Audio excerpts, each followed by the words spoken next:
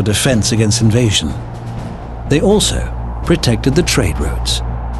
Every pharaoh, including Thutmose, wanted access to the valuable raw materials of Nubia, including gold and human beings.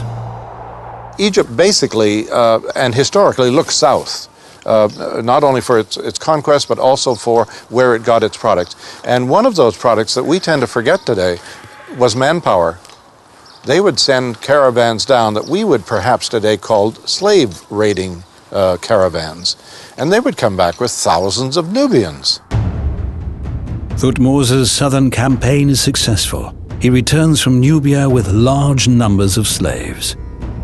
His officers turn them into paid, privileged soldiers because Nubian warriors are considered superb archers.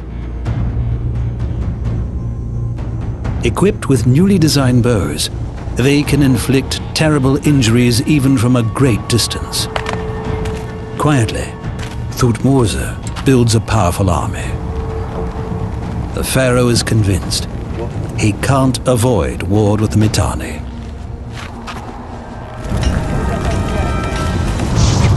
And for that, he'll need not just good soldiers, but more weapons. He fires up the foundries.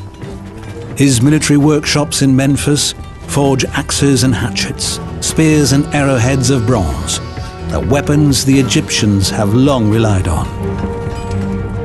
But Thutmose plays it a little differently this time, taking a page from Egypt's old enemy, the Hyksos. He's equipping his army with war chariots.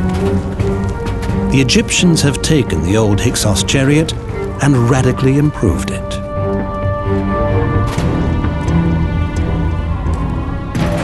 We know what these chariots looked like from illustrations on Egyptian temple walls.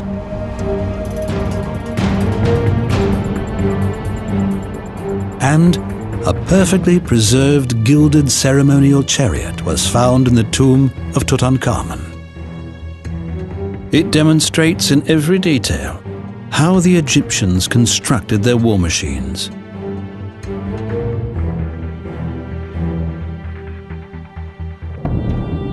They built the chassis from bent wood. Extra spokes strengthened the wheels. The wide axle kept the chariot stable even in sharp turns. The leather fighting platform could absorb blows, and the chariot was held together by pins, sockets, and leather straps. Damaged parts could be exchanged. Soldiers could dismantle the chariot and carry it over long distances. Something never done before.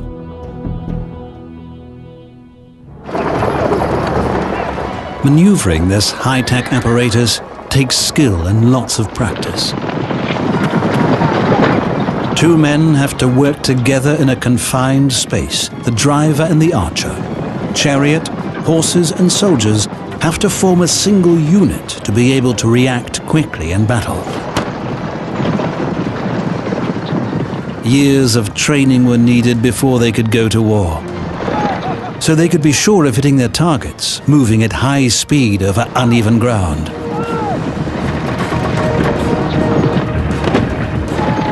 The young pharaoh enjoyed his time among his soldiers, far from life in the palace.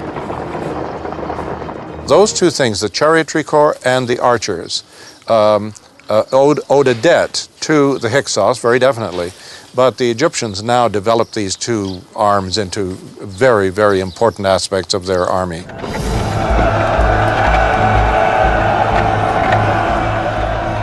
Thutmose has gathered more than 12,000 men under his command, the biggest army of its time.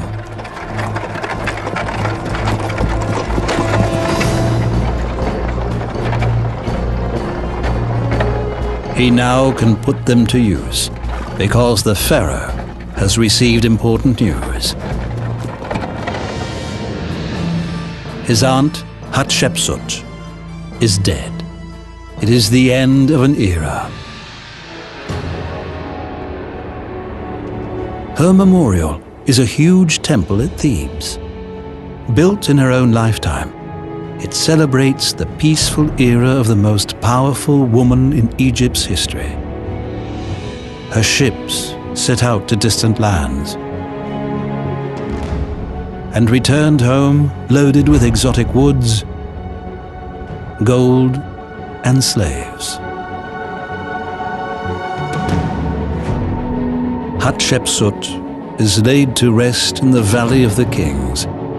According to custom, the country mourns the regent's death for 70 days. And that gives Egypt's enemies to the northeast the opportunity they've been waiting for. It was time to join forces.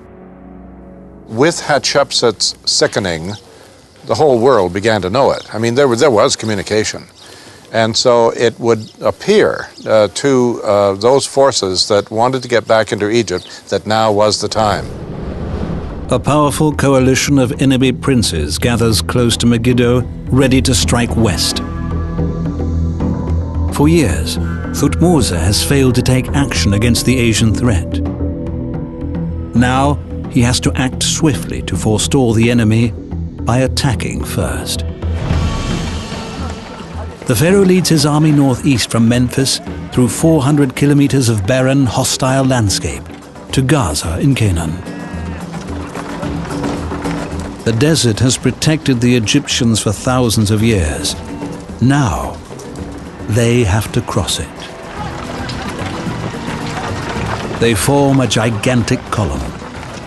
12,000 men and 2,400 animals. An army this size needs regular supplies, including 50,000 liters of fresh water every day. Until recently, no one knew how they managed it. But new discoveries reveal the level of foresight and planning the Egyptians invested in these desert campaigns.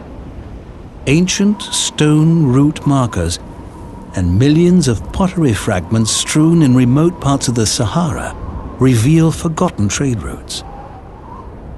Surprisingly, the ancient Egyptians had no camels to make the journey. They had to rely on oxen and donkeys.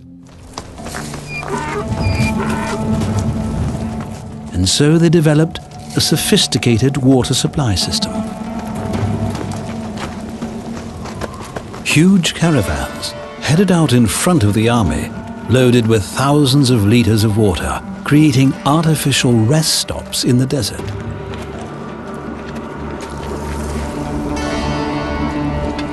Every 70 kilometers, these advanced units would set up stores of water, providing vitally needed refreshments for the following troops.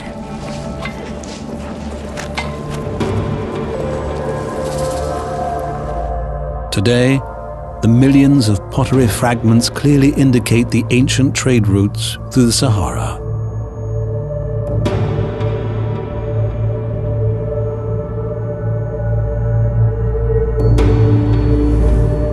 They demonstrate the unquestioned coordination and cooperation so typical of ancient Egypt.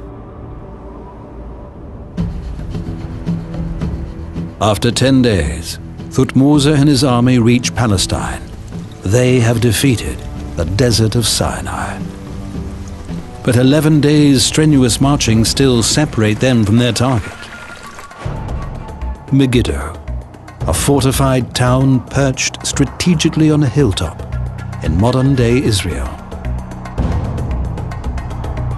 Its lofty position makes sneak attacks against it virtually impossible. Today, fields carpet the area. Then it was a vital part of the trade route. It was here that Thutmose's enemies gathered. If you're just here at Megiddo, you can command the Jezreel Valley. And if you command the valley, you command this whole region. So Megiddo is an extremely strategic place. Thutmose III knew it. So did the Canaanite rebels. That's why they meet here.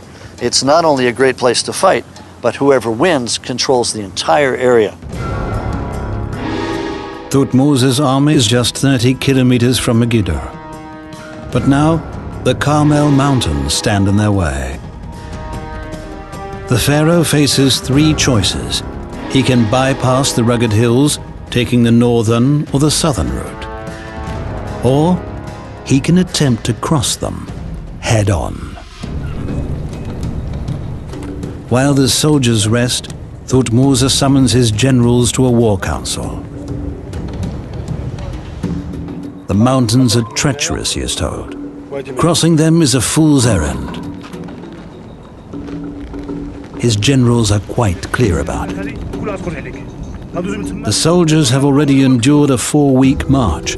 Traversing the mountain would only exhaust them before the coming battle. But Thutmose sees it differently, more strategically. The pharaoh's plan of action at this crucial moment is immortalized on the temple walls of Karnak. So important was his decision that the fate of Egypt depended on it. At moments like this, history is made. As we see in this hieroglyphic record here, which actually are excerpts from the king's own diary, Pharaoh said, "No, I am going to go through the narrow pass so as not to give any impression to the enemy that I am weak or cowardly." Thutmose orders the advance, straight over the mountains. A narrow and extended column of troops snakes its way uphill. Dismantled chariots slow their progress. As they crawl over the rocks, the troops are vulnerable to attack.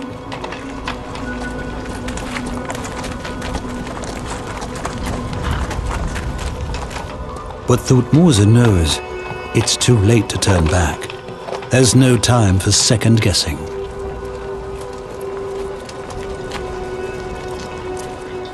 His men follow without question, but surely some believe they are marching to their deaths. The pharaoh suspects the enemy's leader, Canaanite king of Kadesh, positioned his troops along the northern and southern approaches to Megiddo. He can only hope the king left the mountain route undefended. The Egyptian troops struggle as the mountain pass squeezes tighter at every corner. Any moment now, the coalition forces could attack.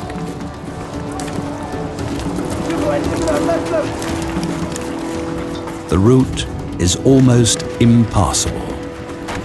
The soldiers barely make any progress. As tempers fray, Pharaoh is forced to acknowledge this may be a terrible mistake. But miraculously, the Egyptians reach the end of the pass. Ahead of them spreads the plain of Megiddo. They made it past this obstacle, but the hardest work still lies ahead. The crucial battle is about to begin.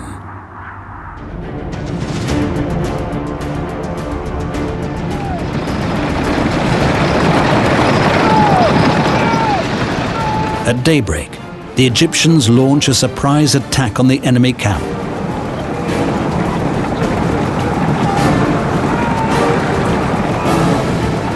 Too late, the king of Kadesh realizes that he's been outwitted. He has allowed Thutmose and his 12,000 troops to cross the mountains unimpeded. He has seriously underestimated the pharaoh's ability as a war leader. It spells disaster as the Egyptians hopelessly outnumber the Canaanite units on the plain. With no time to call for reinforcements, the Canaanite coalition must retreat.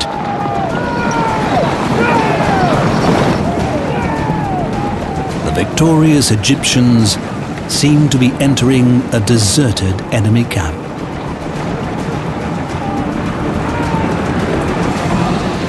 In fact, the king of Kadesh is waiting for the chance to follow his fleeing troops to safety.